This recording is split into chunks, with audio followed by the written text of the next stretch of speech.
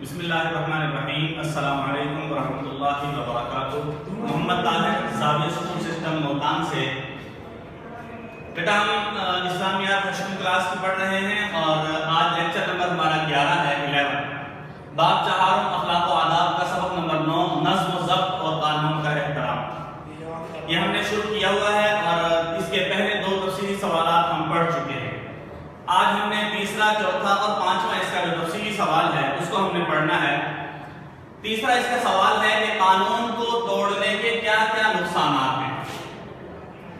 دیکھیں بیٹا، قانون جو بھی بنایا جاتا ہے وہ انسانیت کے فائدے کے لیے بنایا جاتا ہے۔ قانون جو بھی بنائے جاتے ہیں، جہاں پر بھی بنائے جاتے ہیں، وہ سارے کے سارے دوسروں کے فائدے کے لیے بنائے جاتے ہیں۔ قانون کسی کو نقصان نہیں پہنچا سکتا۔ قانون کے ذریعے کسی کا نقصان، اگر قانون کو کسی نے جو ہے وہ فالو کیا ہے، قانون کو اپنایا ہے، قانون کا احترام کیا ہے، وہ ناکام نہیں ہو سکتا، پریشان نہیں ہو سکتا۔ اب جس نے قانون کو توڑا ہے اس کے نقصانات ہیں۔ نقصانات کیا کیا ہیں؟ ہر لحاظ سے تباہی اور نقصان ہے۔ ہر لحاظ سے تباہی اور نقصان کیسے ہے؟ دیکھیں، اس کے اندر حقوق سلب ہو جائیں گے۔ جو میرے حقوق ہیں مجھے نہیں ملیں گے، جو آپ کے حقوق ہیں آپ کو نہیں ملیں گے۔ آپ کا بھی نقصان ہے، میرا بھی نقصان ہے، ہم سب کا نقصان ہے جب ہم قانون کو توڑیں گے، قانون کا احترام نہیں کریں گے، قانون کی پاسداری نہیں کریں گے۔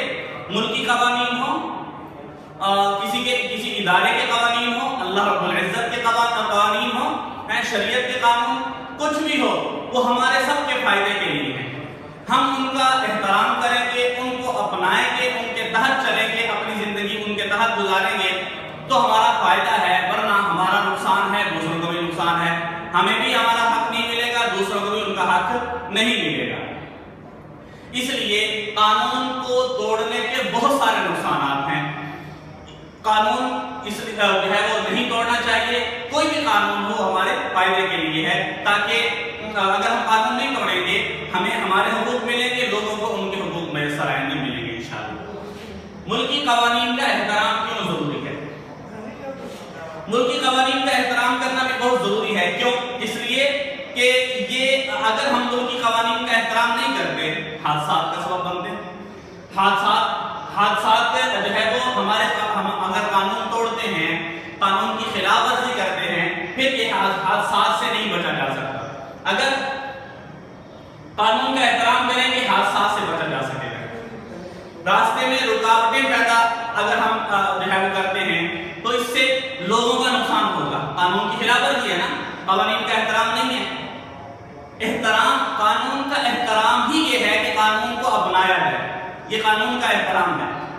قانون کا احترام یہ نہیں کہ ہم جو ہے وہ قانون ہے ہمارے سامنے آیا، ہم کو بہت اچھا ہے، بہت اچھا ہے، اس کو ہم جائیں، یہ قانون کا احترام نہیں ہے۔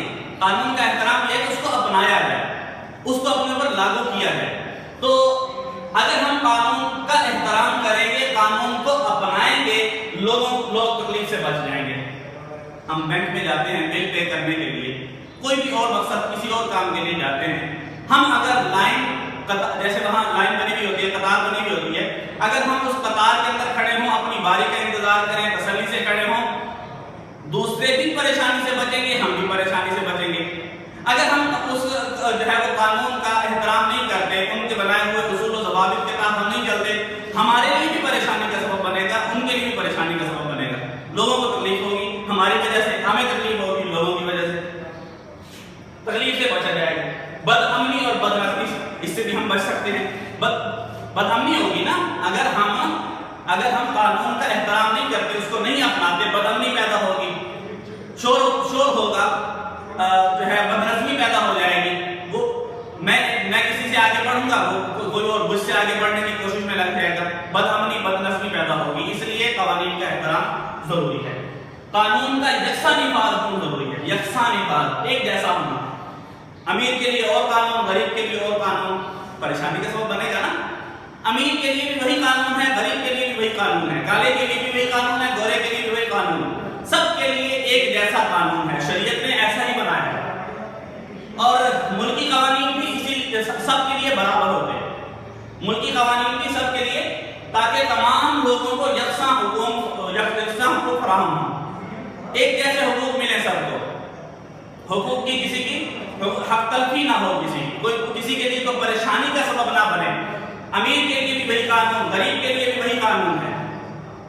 اگر ہم امیر کے لیے اور قانون بناتے، غریب کے لیے اور قانون بناتے، تو یہ جو ہے ملک کی جو ہے معاشرے کے لیے بہت نقصان دہ ہوگا، معاشرے کے لیے بہت نقصان دہ ہوگا۔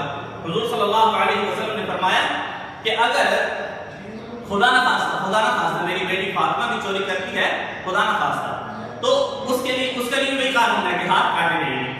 تو آپ صلی اللہ علیہ وسلم نے اپنے گھر والوں کے لیے بھی، اپنے اہل بیت کے لیے بھی وہی قانون جو دوسروں کے لیے قانون ہے، شریعت نے بنایا نا، شریعت نے جو قانون بنایا ہے وہ سب کے لیے یکساں بنایا۔ تو ہمارے ملک کے قوانین بھی سب کے لیے یکساں ہوتے ہیں۔ سب سے قانون کا یکساں نفاذ ضروری اس لیے ہے تاکہ تمام لوگوں کو ایک جیسے حقوق مل سکے، معاشرے میں امن و امان قائم ہو۔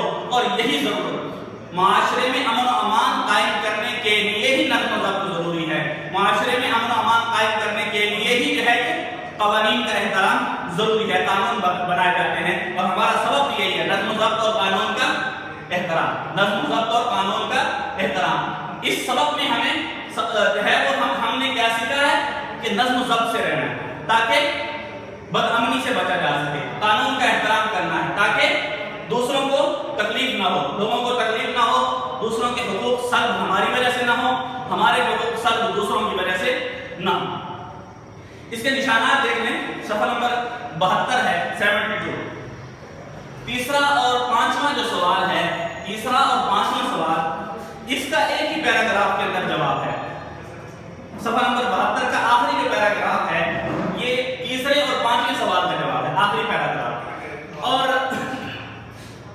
جو چوتھا سوال ہے، ملک کی قوانین کا احترام کیوں ضروری ہے، اس سوال کا جواب صفحہ نمبر 73 پر، 73 پر پہلا پیراگراف یہ لانگ فور کا آنسر ہے۔